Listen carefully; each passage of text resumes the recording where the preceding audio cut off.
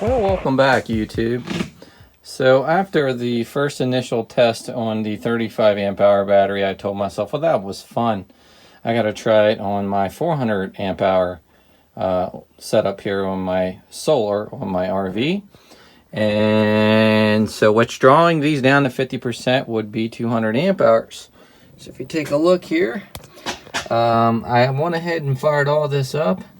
And we are already down to 199 amp hours, drawing 120 watts. It's 12.6 right here with our losses. I think the batteries, they were up over 13 when I first put them on. I think I'm showing 12.8 on my other battery monitor, my 100 amp battery monitor I got displayed up here.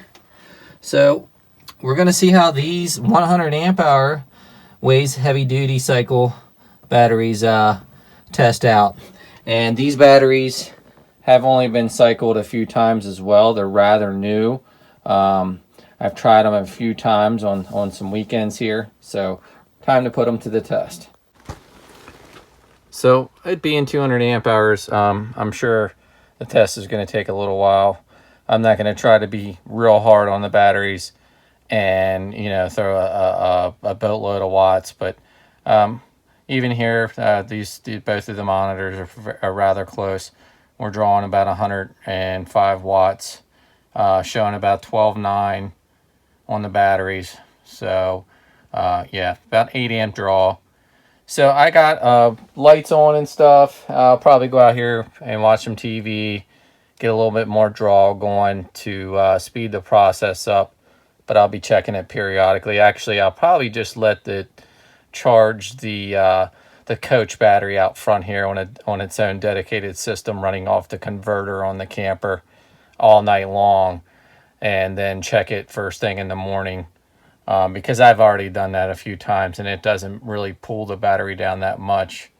And I have my MPPT charge controller powered down, circuit breakers off, so there won't be any charge first thing in the morning when we start to get some sun if I get up here a little late to finish up the test.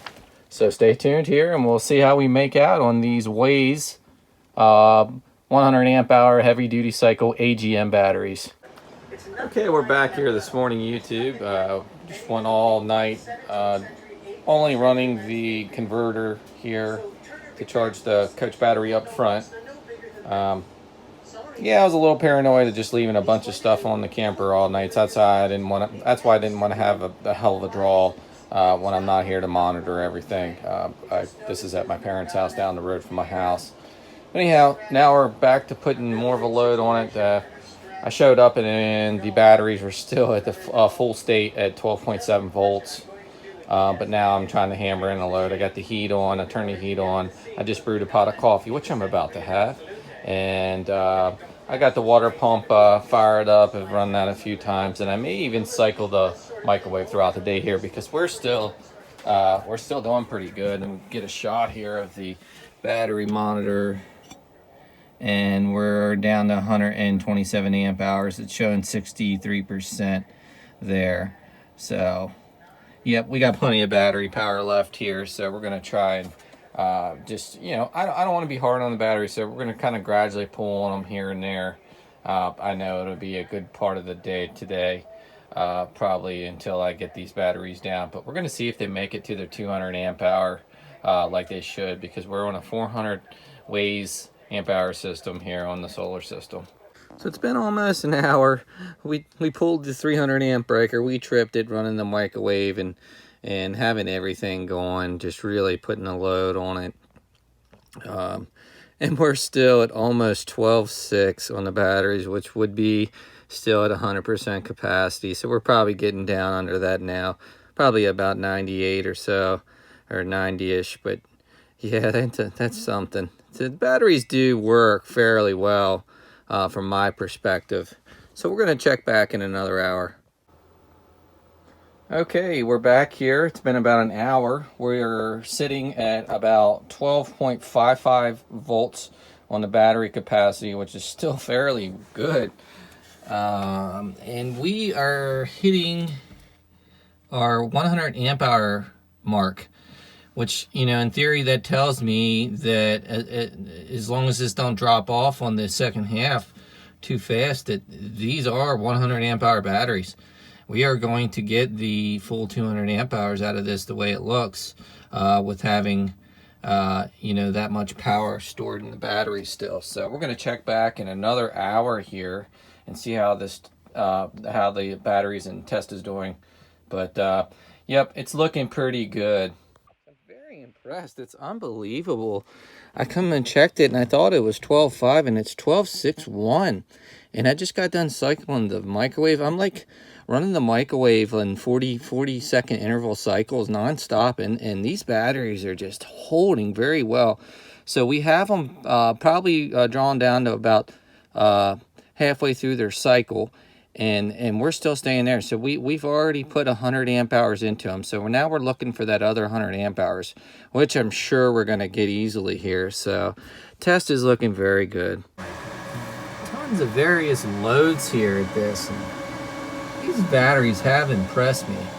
Down to 25 amp hours, 12% left in the test, and we still are at over 60% battery capacity.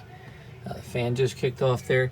So it's looking good so far. We'll be back here momentarily to conclude this test. Guess what, guys? Our battery system passed.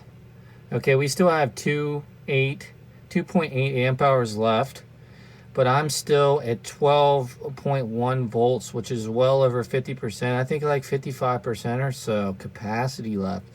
So these bad boys did pass. Been running the AC, putting these batteries under several loads throughout the day. I burned 3 pots of coffee, cycled the microwave in 40-second intervals here and there throughout the day, trying to get these batteries down, and they did the job. I'm rather impressed with the output of these batteries. I did have the AC trip it out at one point when that had too much going on.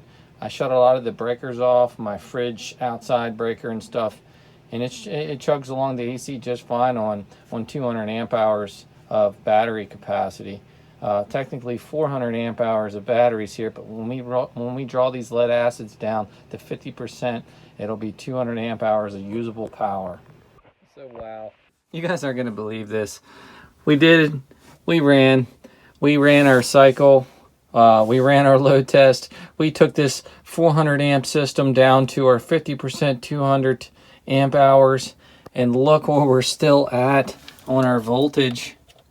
And I just checked all the batteries and they're about the same.